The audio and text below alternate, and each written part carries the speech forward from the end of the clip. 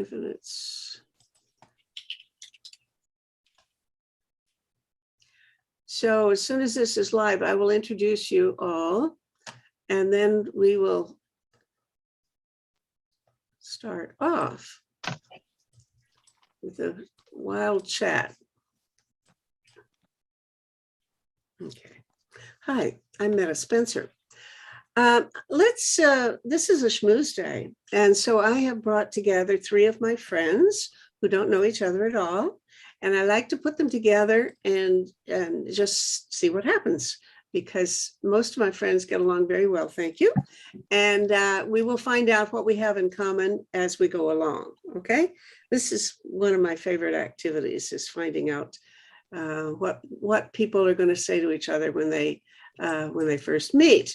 Now, here in Toronto, the closest to me is Marty Klein. Martin Klein is a retired professor of history at the University of Toronto with a long-standing specialization in Africa, especially West Africa. And he just said that he'd be interested in talking about China if everybody else is interested in whether we're going to have another Cold War or something like that. Okay, then where are you? In Ottawa now, Paul? That's correct, yeah. Yeah, Paul Mallet is in Ottawa. He's a retired colonel in the Canadian military, but his concern is very much with an organization that he's created, and he does other work on ethics in military and foreign policy issues and peace issues. It's a fair enough way to put it, Paul? Yes, and working in peace services, peace issues, yes. Right, good. So then in Washington, D.C., we have Michael Beer, who has just published a new book. Hold it up, Michael. May as well flog your book while we got a chance. And hold it still so we can see it. Civil resistance, speak something so we'll get the camera on you. Civil resistance tactics in the 21st century. All right, good. And that is kind of an updating of Gene Sharp. And everybody who's watching this undoubtedly already knows a lot about Gene Sharp. If you don't, you should. So, hi guys, how are you all? Doing great, thank you. Very Thank good. you, Ned. All right, good. Well, now this is my favorite indoor sport. Put my friends together, shake well, pour over ice, and let's see what happens. So, Paul, the camera's on you in my setup right here. So please, why don't you start us off by telling us what's on your mind? Let's see if people have things issues or news or worries that you want to share. And let's see if we can have a basis for some common conversation. So what's going on in your life, Paul? Well, what's going on in my life, of course, is the sort of the aftermath of the Afghanistan issue. That's one. In response to that, we've been involved in a UN high-level forum with regards to a UN resolution on cultures of peace, which this has been going on for 10 years, and what that actually means in terms of implementation. So issues of, and I've worked in Africa, and issues of China are of some concern, and that we've thought about that. But the biggest thing in the sense of positive and negative peace is facing the 3 crises that we're facing, the pandemic crisis, the environmental degradation, and the conflict, and to try to put it in terms of positive peace. This is something we're trying hard to do. In other words, we're looking at health and well-being, and looking at environmental protection, and of course we're looking at peace and harmony in terms of conflict, peacemaking, rather than something that's more aggressive. So that's basically it. Mm-hmm. All right. Okay, Marty, how about you? What's on your mind? Well, just looking around the world, I'm troubled that we're involved with old habits that some of it is politics, that one doesn't want to be soft, one doesn't want to be generous to the Taliban. the Taliban have won in Afghanistan, and the Chinese government is in power, and it's destined to become one of the world's two major powers, and in many ways more effective than the Soviet Union ever was, at least on a broad base. The Soviets were very good at designing tanks and missiles and whatnot, but they weren't always good at making washing machines. The Chinese seem to do everything well right now, and the question is how you deal with hostile elements in the world, and that's one of the things. Of course, I'm also very concerned about Africa. I mean, Mali, which is one of the countries I've done research in, it's a place I love very much. Very poor country. Mhm. The rebellion in the desert, which is now almost 10 years old, but has a long history, is in the process of destroying Malian democracy, which was a very promising democratic development. Mhm. Thank you. Okay, Michael, what's on your mind? It's hard to know where to start. Generally speaking, at Nonviolence International, we're really interested in people power movements around the world, not just looking at power from the top down, but what's going on from the bottom up. And we're looking at a number of people power revolutions trying to take down dictators that are having a real hard time at the moment, despite enormous public support, notably Myanmar or Burma. Belarus is another. We saw Hong Kong recently with enormous public support, not meet its goals in terms of citizen action. Thailand has been strongly protesting against their authoritarian government and monarchy, and we're not seeing some success in the last 2 years on these fronts. Additionally, on the kind of social movement front or transnational front against to address global problems such as climate change, we've not really getting the transnational mobilization of people and civil society necessary to take on climate change. We've had some impact by the student strike, which just had a big action last Friday. But we're not really facing up globally to the climate change challenge, and certainly the governments aren't doing it, but civil society is really struggling to mobilize to try to put the pressure on.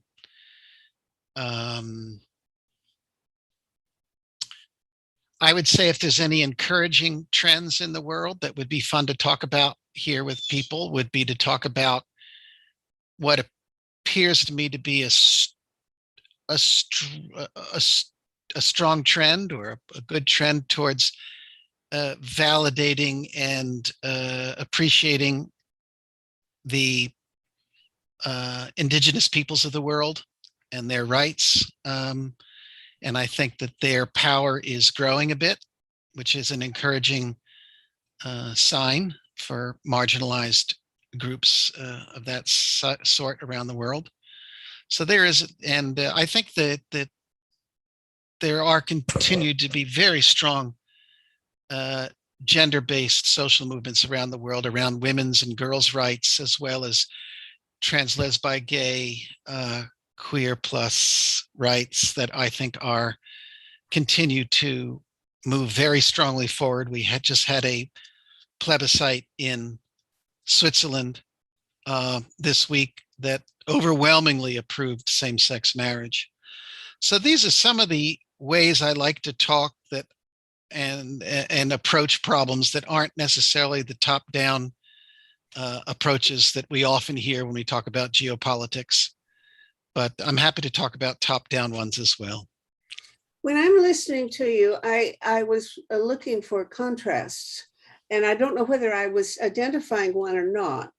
But when Marty was talking about, well, the Taliban have won and China is going to be the big power, I don't know what the next sentence was going to be.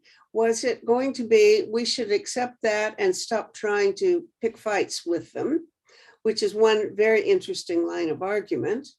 Or was it, Michael, how shall we undermine both of these outfits with your from below procedures? So Marty, which way would you finish the sentence if forced to do so?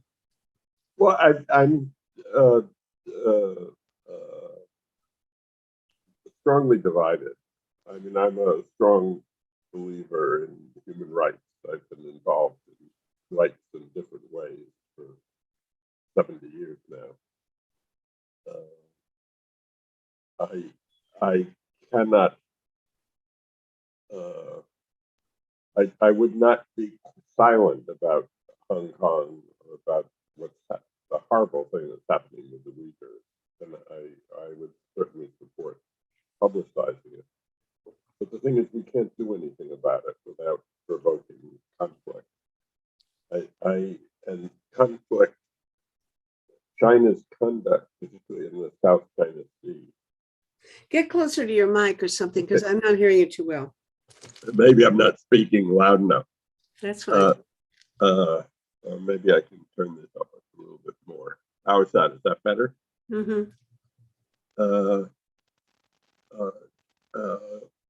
There comes a problem, and this was a problem in the Cold War, that when you're dealing with an aggressive power, and this is something Paul might have some reflections about, how do you deal with them without being provocative? The Chinese in the South China Seas are doing things like building islands that they can then make into military bases. They're trying to. It's interesting. The Belt and Road Initiative is going back to the competition during the Cold War for Third World, particularly for African countries. On the other hand, in dealing with their immediate neighbors, China plays hardball, and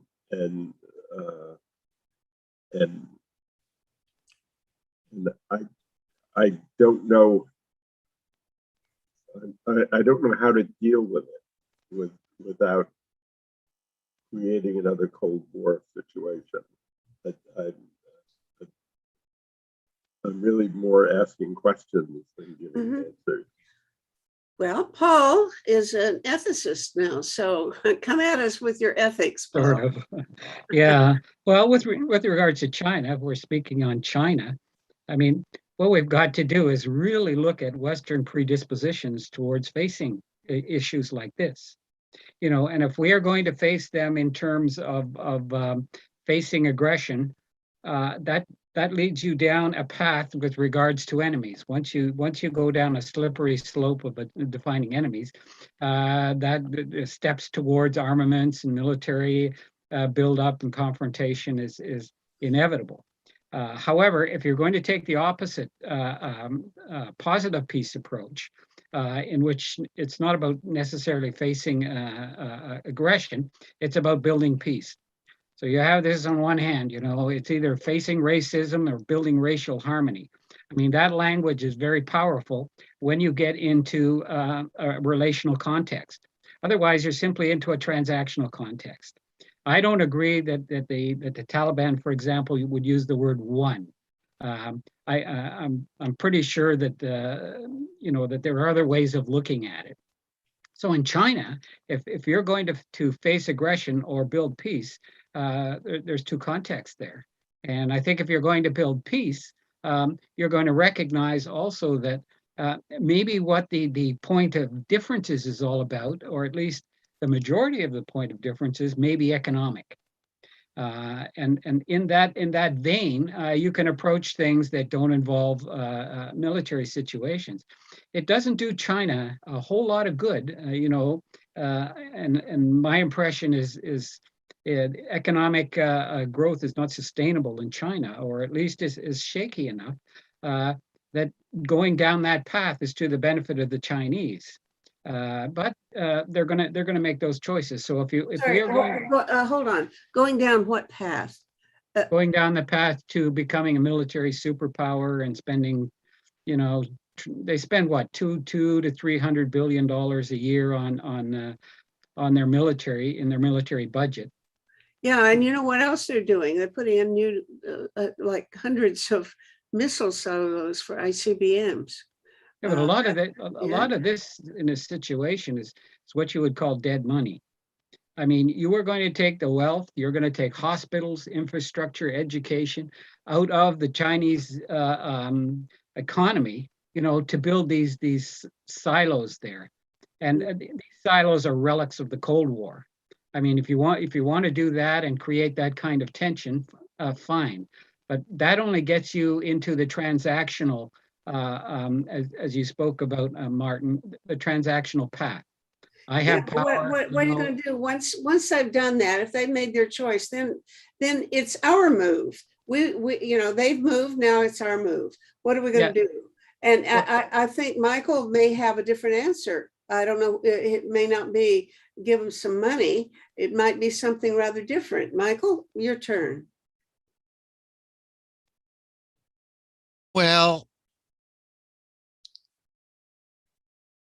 I think we've got a massive problem with militarism around the world. It's not just limited to China and the United States. That's correct. We have a international order that we've been trying to build, particularly since World War II, maybe since World War I, that's rules-based. And we're really struggling to keep the momentum up of creating an increasingly rules-based world, to help resolve conflicts, including ones that could become violent. And we have a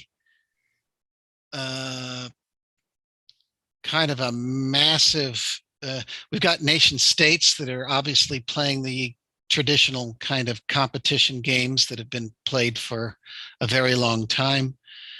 We now, of course, have a situation in which we have nuclear weapons and other incredibly destructive weaponry that can't really be used because these weapons are so powerful. To give the listeners here an understanding of the power here, because I think we need to be reminded of the dangers of nuclear weapons.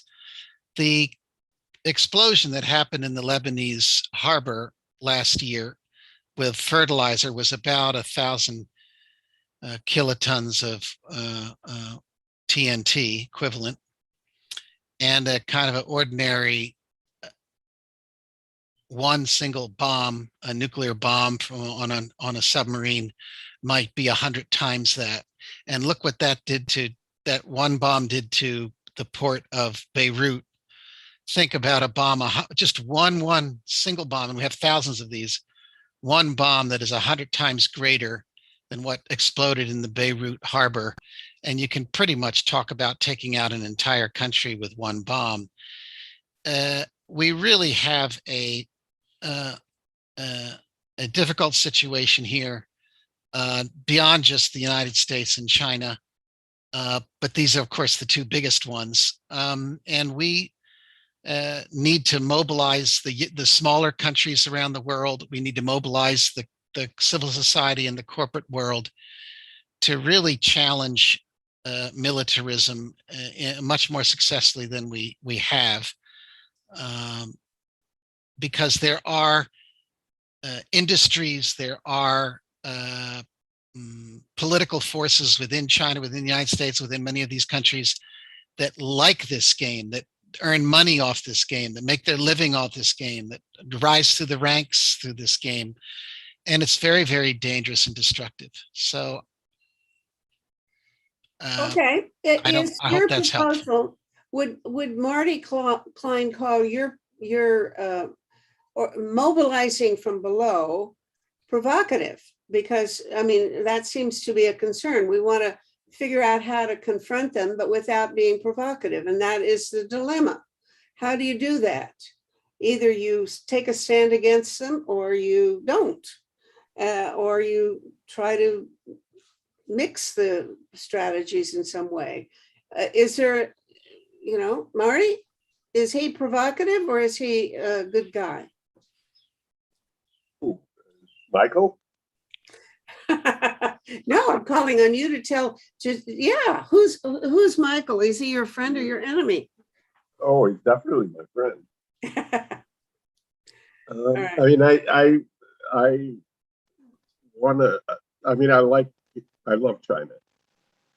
I've been to China twice, and it was a magnificent experience. And I think one of the moderating things in the Cold War was the effort from time to time of both powers to engage in soft diplomacy, ping pong diplomacy.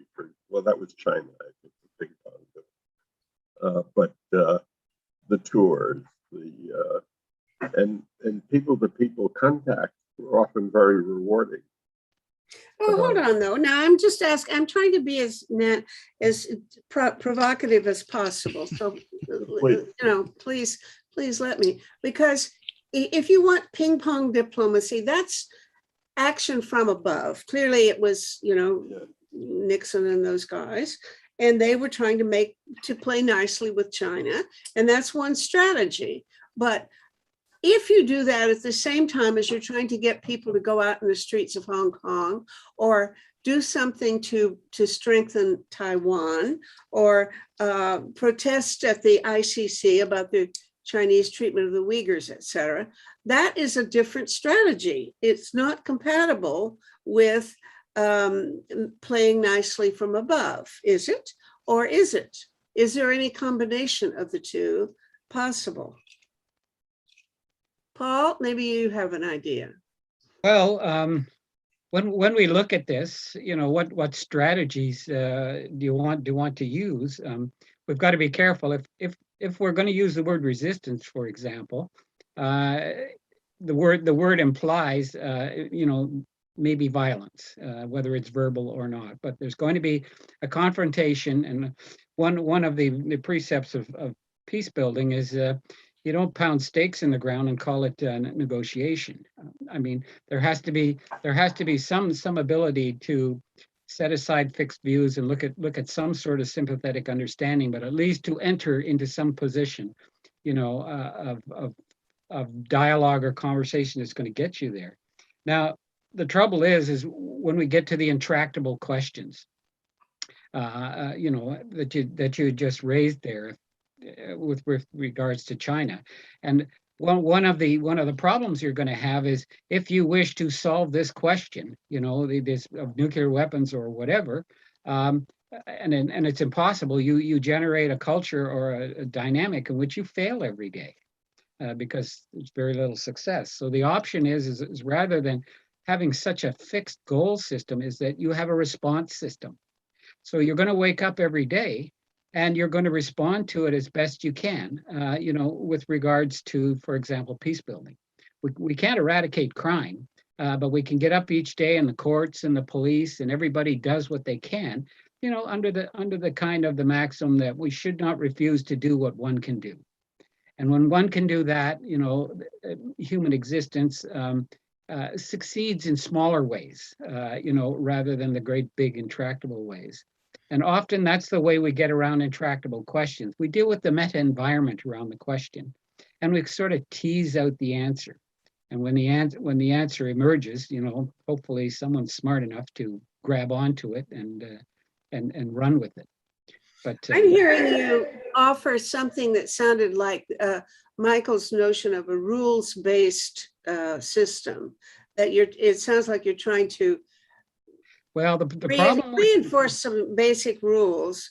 I don't know whether that's really the same thing as encouraging resistance from below. And I don't think it's the same thing as trying to set up ping pong diplomacy or other friendly gestures. But maybe it is a third approach. Maybe it is something that is neither of the other two that I contrasted. well, I don't know. the basic idea of a rule or a law implies that there's some force behind it in order to enforce it. So it's a transactional solution to some social issue that we have, whether it's murder or fraud or whatever. It is not a relational solution. In other words, people can do certain behaviors, but not buy into the reason for them. For example, if we impose a ceasefire on two warring parties, and maybe they're not going to shoot at each other, but they're sure not going to get along. You look at the Israel-Palestine situations, we can make transactional solutions quite easily based on power, but the relational one is going to be the problem if you're going to have some sort of enduring positive peace. And that's the issue of Western society. Western society is predominantly rule of law based. It is not relational based. For example, we want crimes and punishment rather than public good and harmony. Well, the public good and harmony, if that is a criteria, or at least has weight, more weight than it currently has in making sort of decisions and choices, we can move forward. So what I'm saying, there has to be a better blending or balance. In our society, we're really out of kilter with regards to balance. And your point, Michael, on nuclear weapons and power there, speaks to that. It speaks to that predisposition for militarism as a default, without any context at all regarding relationships, good relationships, public good and harmony that's going to happen. This isn't going to do anybody any good, to get into a Cold War in China, especially China.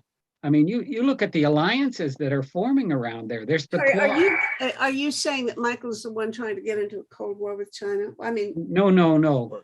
I says if you look at the Western predisposition to the issue, you got the AUKUS thing that just happened recently with the Australians and submarines. You got the Quad thing, that's happening in the Indo-Pacific with around Sri Lanka. You're going to start bringing NATO together and pointing in this direction. I mean, this is not good. This is entirely transactional, power-based predisposition to a response. It's not a secret why every district in the United States has. Okay, give us a quick alternative to, let's say, AUKUS, and I haven't heard it pronounced until now before. AUKUS or the power-based alternative. If you were rewriting, let's say, U.S. policy, it'd be hard to write Canadian policy because I don't know what it is. But if you were rewriting it very quickly, what would you shift from one pocket to the other, Paul? I would shift from a military approach to the problem to an economic one. And the economic one could have sort of two dimensions to it. One, economic cooperation and interdependence. That's going to create something. And the other, there are power levers in your economic relationships. I mean, we now have this thing about China. Well, the next thing that's coming on the table is going to be, for example, 5G and Huawei and what it wants to do in Canada. And if Canada decides, well, friendship with China is over, this is going to hurt China because, we have the options of buying local. the China loses out on international export. So you've got to kind of look at it this way. We're not toothless here in Canada. I want to say you want to have this kind of relationship, fine. Have a nice day. We'll have a nice day. Okay, guys. I don't know which of you wants to take the next turn, but I'm going to step back and let you work it out. Yeah, I like what Paul is saying. That he because that's what I'm thinking about is how do you deal? I mean, we have a series of lines in the sand, and uh, and and the Americans have also meddled in. It's one thing to support a revolution in progress or a revolutionary movement like the various Ukrainian colored revolutions. I think they've had at least 2 of them now. It's another thing to go out and try to stir it up. I mean, Russian attitude toward toward the Ukraine is very similar to the American attitude toward Cuba, and the Americans don't understand this, or if they do, they certainly don't show it. And I agree. I agree. I think, and I think Paul thinks that China's that upward line on the graph is not likely to continue at the same. In fact, the rate is growing as China grows richer.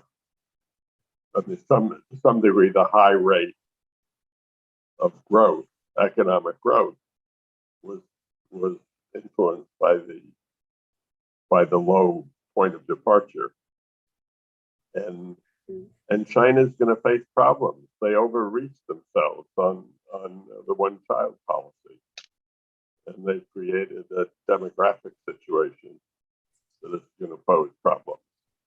China's going to have to deal with labor because as labor gets in short supply, labor will make more demands, whether they do it by organizing unions or whether they do it just by an occasional wildcat strike or other kinds of it'll happen. I mean, historians are not very good at. I love to do scenarios, but we're not very good at seeing the future. Well, you do something's pretty good. I was at a lecture at the University of Ottawa, and it was on the death of empires. And the conclusion of this lecture is that there are 2 things that result in the death of empires: military overstretch and economic overstretch. And you can see China, its dependence on foreign investment and its economic overstretch, and now it's getting into the military game. I mean, the United States has 800 bases around the world, Right. And $1 trillion worth of military expenditures, and this is both economic and military overstretch. Although they are more resilient, probably can last longer, but at some point, the debts are going to have to be paid. I don't, I'm not hopeful the way they're currently going. But one of the things about the Afghan war is it's one of these inflection points. Something has happened, something has kind of ended, and there's some soul searching that can be done. So there's an opportunity now for issues of choices and reflection on what happened, and can we change our ways anymore? Because this soul searching won't last long. I already see Afghanistan receding into the background, in the news, and China emerging a little bit, and Afghanistan will just be written off as a failed state. And what we did to Afghanistan, the big thing was we brought them into a modern society, the same as China into the global society, and gave them roads and infrastructures and freedoms and all of this. And they can't sustain it without foreign investment. Every month, it took billions and billions of dollars to keep the Afghan country going. It's the same with the military. Everyone runs around blaming the military. Well, that's ridiculous. I mean, what you did was you went in there and you built an American military. And an American military requires endless support in terms of sensors and aircraft and drones and all sorts of sophisticated support. And when all that is withdrawn, you know, they just didn't have a chance. I mean, their expenditures of ammunition was off the clock. So back- should we do, Paul? Now Uh, that, as of right this minute, what should we do to prevent the worst of the effects? Well, right now, I think what first thing that has to happen is we got to quit blaming. The government was corrupt for sure, but the initial problem is that we started this. We started this in Afghanistan and Iraq, and we have some level of responsibility here. And if there's going to be Do any what, though? sort of, I mean, let's assume that we all are willing. I still don't know what to do. well, the first thing I think we have to do is tell the truth. We have to accept responsibility. We have to look at what restitution we're going to make, and we have to look at some closure in which everybody is satisfied with the outcomes. I mean, we do have now this problem with the Taliban there, but anybody who thinks that the Taliban of 1990 is going to be able to run the modern country of 2021 that's produced there, I mean, they need engineers, they need all sorts of things. Should we And send them engineers? well, the problem is maybe you can tie this to human rights. I mean, they're going to see that their survival is going to be very, very tenuous, within a couple of years, or they just degenerate to a failed state and, to continue to sort of rape it in a sense. Well, But I again, I'm not sure where we're going. I see it's very difficult with Afghan to tell what actions are made for the gallery and what reflect local, I don't know what you call it, political culture. yeah, But one of the things that has happened, the Taliban start as a bunch of Muslim students and teachers, and what happened in Afghanistan is very different from what happened in Iran.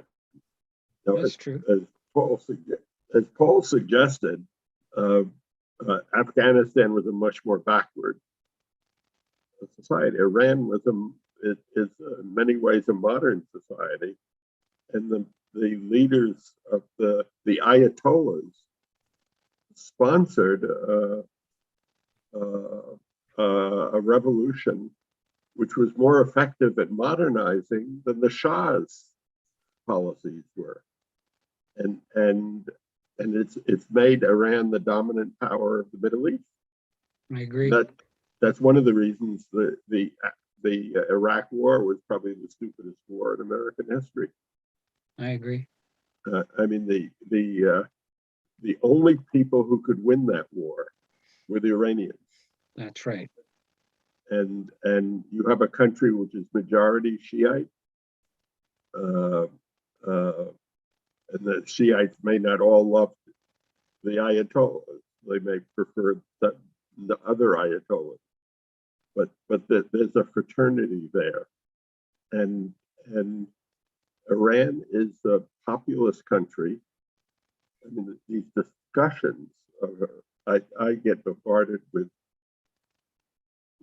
Israeli delusions. The notion that you can do anything by bombing Iran or any military action. Iran is strategically centered. They could destroy a large part of the oil imports by cutting off the Straits of Hormuz. That's correct. Which wouldn't be hard to cut off. They are an industrial country. They have a much higher level of education than they did 45 years ago. They have women in influence, and they have a high level of female education. They're very different from the Taliban, And what one of the things I see, but I don't know how it's going to work out, is that there are people who've been sitting outside of Afghanistan representing the Taliban, sitting in Doha, and and some of these people have an understanding that going back, I don't think Afghanistan is going to become a failed state, but it may become a medieval state.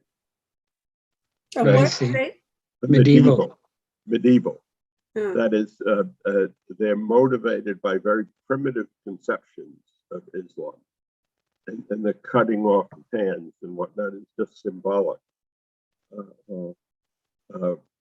These are guys who won a war, who wander around with rifles and sandals, and yet they defeated this highly armed, overly financed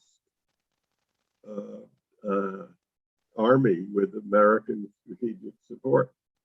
I mean, this is more awesome military, I would think, militarily, than what happened in Vietnam.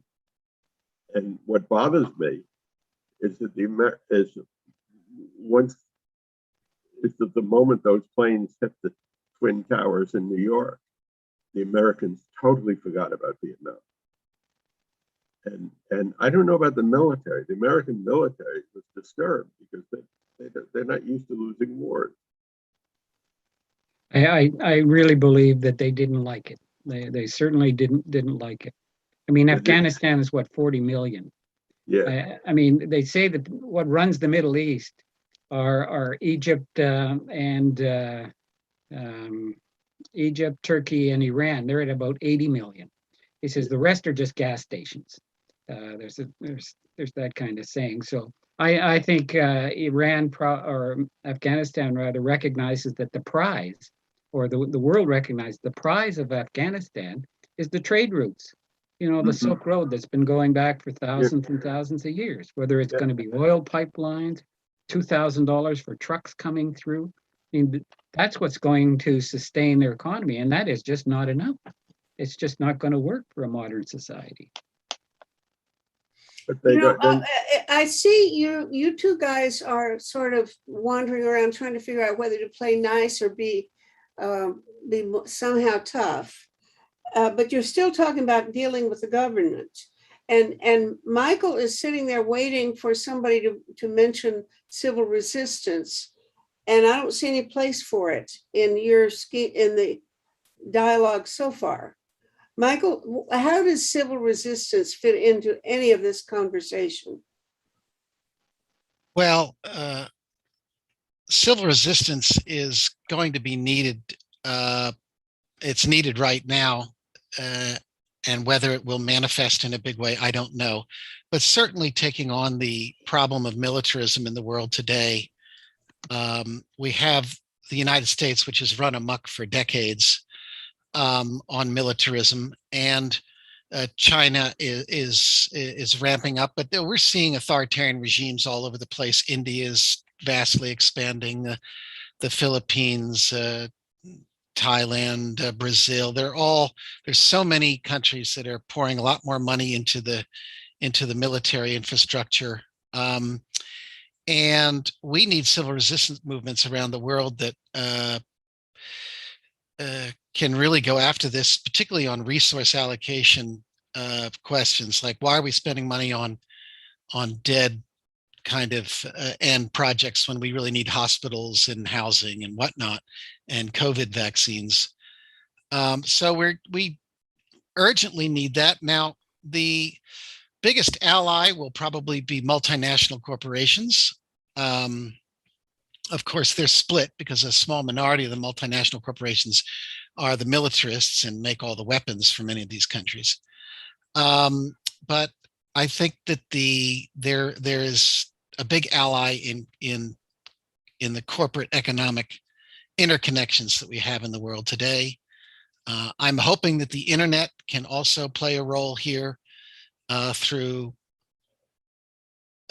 promoting communication and connection between peoples around the world to try to meet their needs. we really have a dysfunctional kind of governance situation in the world. The security architecture of the world is currently with the US playing the world's police. And the US does not really plan to change that role unless there's citizen resistance and resistance around the world to that role. But it's not enough to just say, United States, stop playing your role as the world's police. We need a sudden withdrawal will create a vacuum in which we'll get a lot of bad actors moving in. We need a new security-based architecture, and it's not something that you can mention in Washington, because the belief here is that, at least as far as the eye can see, the United States is going to be militarily supreme on the planet, as far as the eye can see, and that is the plan. And we're not planning to share power to lessen militarism as a way for creating global security. And this is where I'm hoping that civil resistance movements and global economic forces can make a difference. The United States is the first place to start, where we need to start de-escalating with the 800 military bases that has been referred to in the $1 trillion budget and all the nuclear weapons. The United States needs to start talking about, at one level, lessening its military footprint around the world, but advancing its diplomatic and economic engagement, and filling in and trying to help create a more solid rules-based world order that can fill in these security gaps. So I'm talking very big here, but civil resistance is needed because the current governments are not really responsive to public opinion through elections. Where is public opinion in the United States? I'm sorry? Where is public opinion? It seems to me the Americans are so deeply divided and on militarism as much as anything else. I mean, That's correct.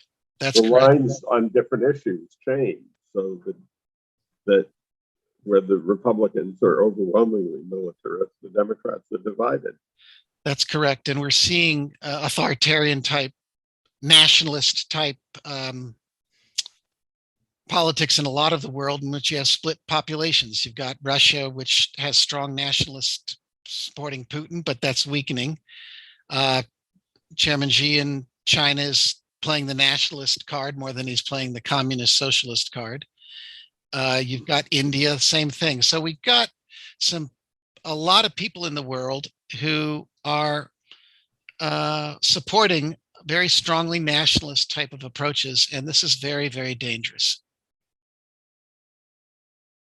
Agree. Yeah, I agree.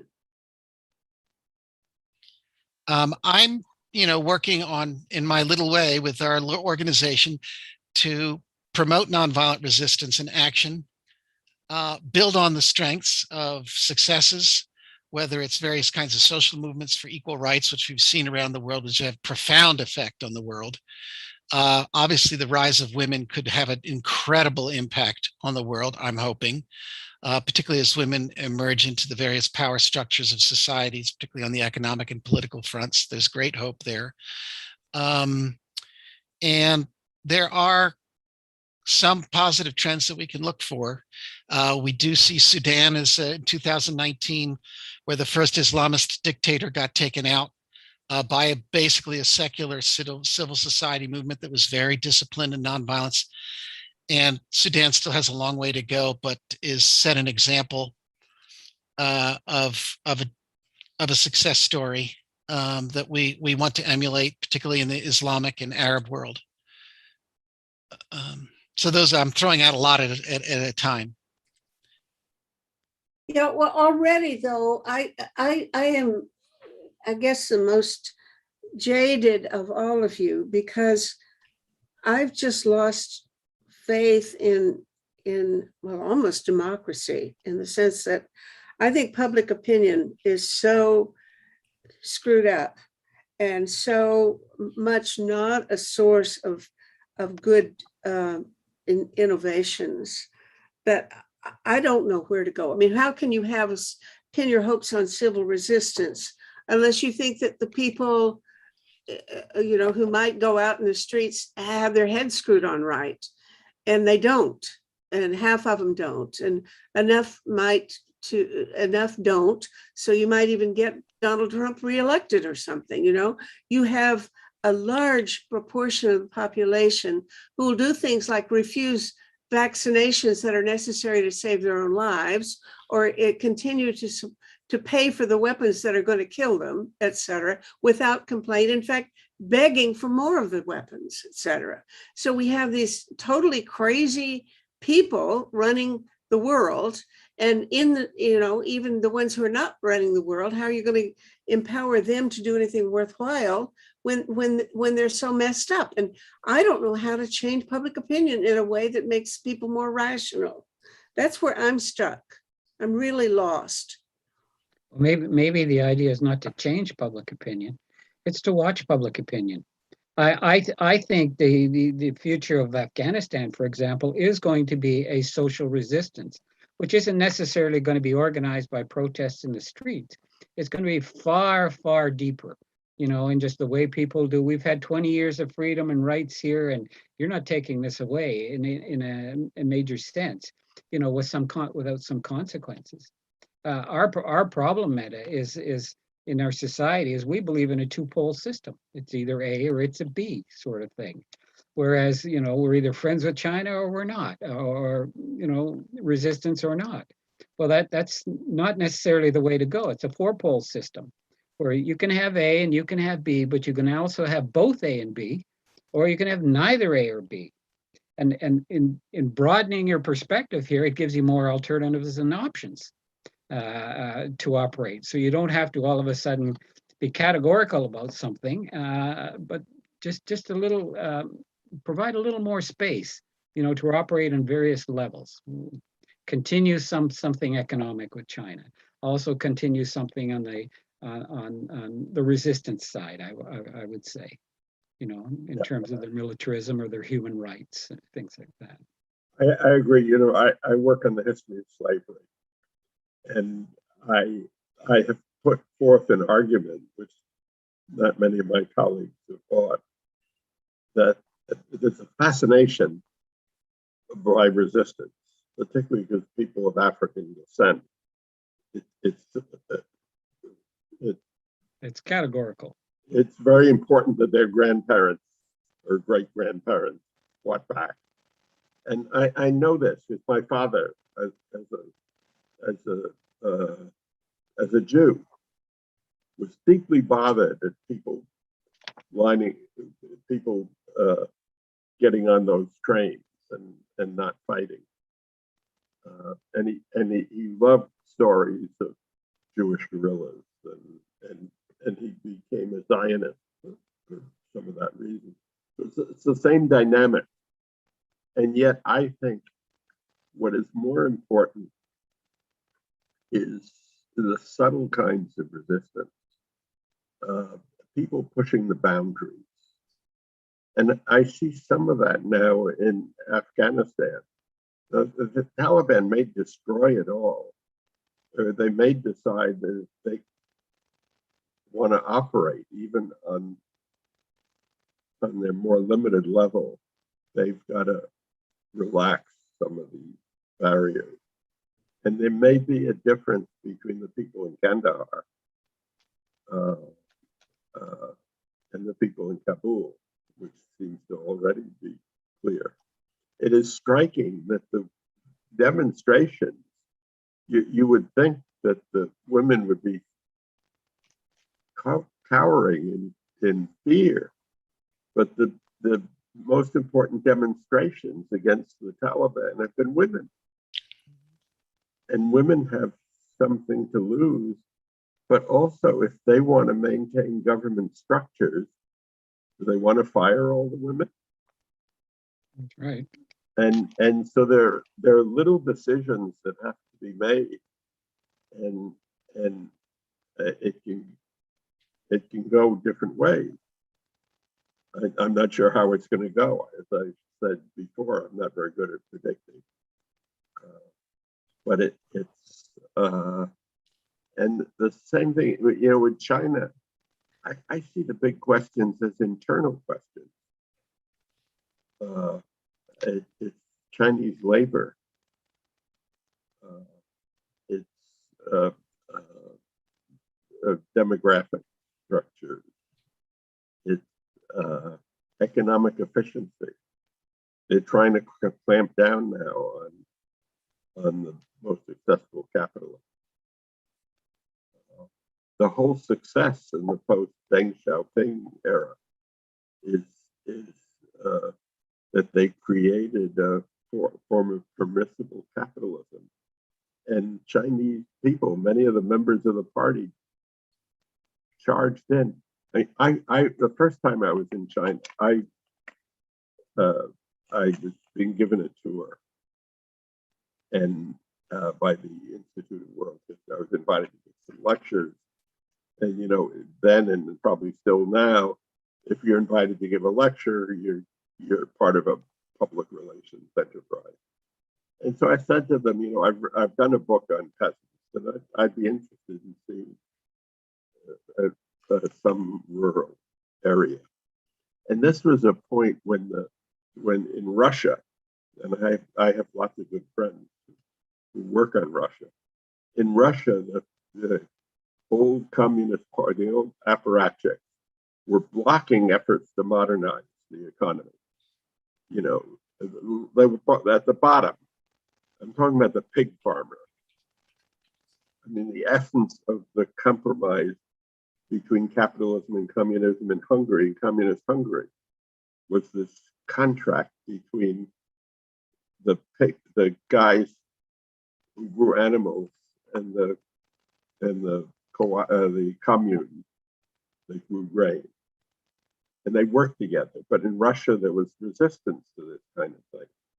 In China, they took me to two places. Both of them were exurban. That is, they were close enough to Shanghai and Beijing to be influenced by modern currents. In both cases, I'm sure that my guide was a local. One case, he was the vice mayor, but he's a local party man. And in both cases, the tour ended up with lunch. In both cases, there were things that the commune was doing.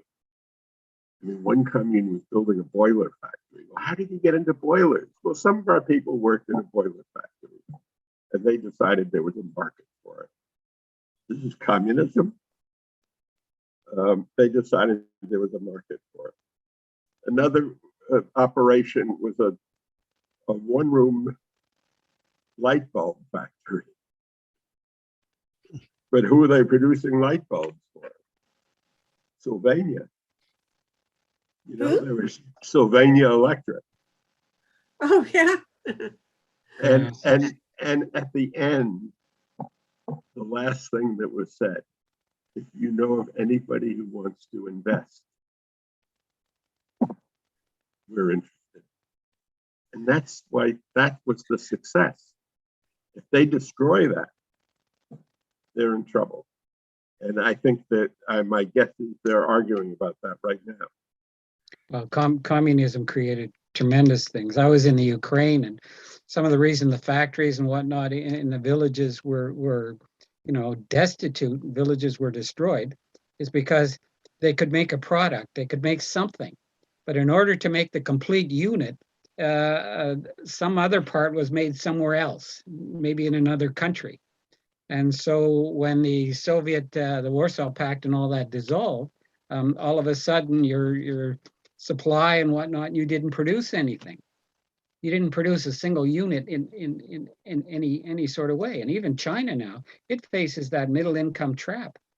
And I think that's going to be serious, very serious. You got 1 billion some odd people there. And low skilled labor is coming to an end. And there's a big issue there. What was intriguing about Russia also is, you know, when I visited Guinea during the Secretary years, one of the things that was striking in the market was all the communist and Russian appliances. You know, you could buy a a Chinese refrigerator. Uh, there were Russian cars on the street Where? in Guinea. Guinea. Oh, Guinea was for a while. Guinea was totally tied to the Soviet bloc. okay. I'm trying to figure out what is. But let me just say, let me just Yeah. finish the point. Sure. What the industry that produced all these appliances collapsed with the end of communism. Mhm. It collapsed because it couldn't compete. And That's right. the Russian economy depends heavily on export of raw materials, particularly oil and gas. If Russia didn't have a lot of oil and gas, they'd be back in the early 20th. They'd be pre-Stalin. Yeah. And yet Russia was capable of when Russia set its mind and devoted resources to military hardware. I mean, a cousin of my wife was of the Israeli army. It's not just Sputnik and planes, tanks. He was the Israel Defense Forces tank man in Detroit. That is, his job was buying tanks and military vehicles. And we had a long, you know, my thing. If I'm talking to somebody whose interests are very different from mine, well, I ask them about what they do. And we had a long conversation about tanks. Russians made very good tanks. Okay, but we they got to end. couldn't make I'm Russian. getting lost in what inferences we are to draw from these very specific examples. I'm not sure. We've had some big ideas and visions mentioned in this conversation, but I don't see them coming together in any way that gives me a sense of where anybody predicts we're headed. Marty, tie up your thought, because what are we to conclude from these geopolitical concerns that you're developing? I think nothing is certain. And I think the strength of communist or ex-communist systems depends on their developing structures that are adaptable and have room for initiative at the local level. And that's what China has done well. Mm-hmm. I think the problem, the great problem with single party systems is they become rigid, they become gerontocratic. Mm-hmm. I mean, Brezhnev was the apparatchik man. You know, We got to bring things together. We can't go off on a different angle. yeah. We're overdue. I've got to end this show, but I don't know how to end it. Yeah. And Michael, do you have any concluding thoughts? Because everything has gone away from civil resistance in this conversation, and I'm surprised that you haven't fought harder for your turf. Well, I don't think that the future is scripted. I think we see some positive trends, and I think my colleagues have talked about positive trends and opportunities that lay a groundwork that go beyond just state power, and realize that there is an enormous amount of change going on and dynamics going on in which economics and people power, if people organized better, could have substantial impacts on how we move forward. And my goal in my organization, I hope everybody will redouble, is it's not enough to be aware of what's going on or to be aware of trends in both positive and negative, but we need people to stop being observers and to be more active and see themselves as actors in whatever way they can. Join a campaign of whatever kind of that floats your boat but join a campaign. If you're not on a campaign committee or an active volunteer in a campaign, just choose one. And that's part of our citizen duty. And if we can mobilize people better in this modern age when it's a lot more difficult with COVID, with lawfare being used by governments to suppress people. But we also have the internet. We also have resources we didn't have before. It's a real contest. And I don't think the future is scripted yet. It's pretty clear that we've got to mobilize people around the world better, or at least give them the tools to do that. Okay, that is as good a conclusion as I think we're going to come up with. I don't know how hopeful it is, but I'm going to settle for that. Thank you, Michael, and thank you all. It's been fun and Thank you. racing because it is not this is not a good news story by and large. It's, oh boy, do we have a challenge ahead of us.